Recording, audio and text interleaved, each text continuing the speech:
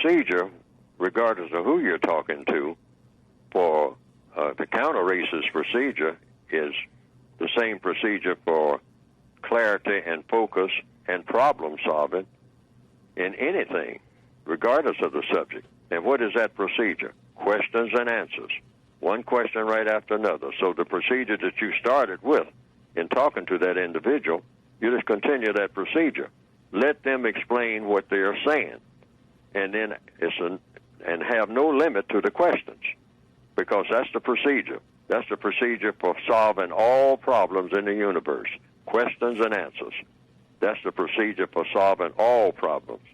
And there should be no limit to the number of questions until all the problems are solved.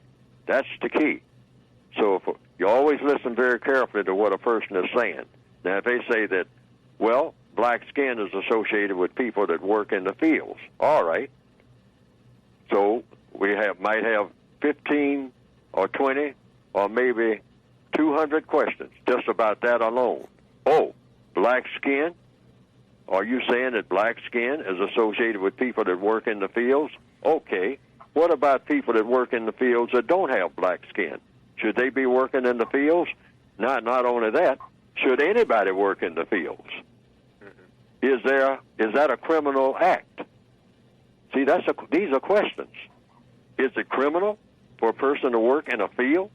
A person to go out and work in an apple field or growing apricots or spinach? Is that a crime? And if it is a crime, then, hey, why not just round up all the people who are working in the fields and say it's something incorrect about you because of your activity? You don't have any business working in a field. You don't have any business growing food, the food that I eat. Is that what you're saying, sir?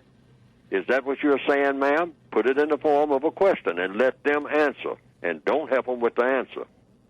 You see, what the white supremacists do, what they're experts at, and the fact that you're telling me these things shows how successful they are, the white supremacists, that is, at confusing people. Mm-hmm.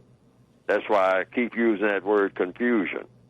I mean, people who think like that, it's obvious they have confused minds. There's a lot of people who are classified as Asian, who are very light-skinned, who consider themselves white maybe, who work in a lot of fields all over the world.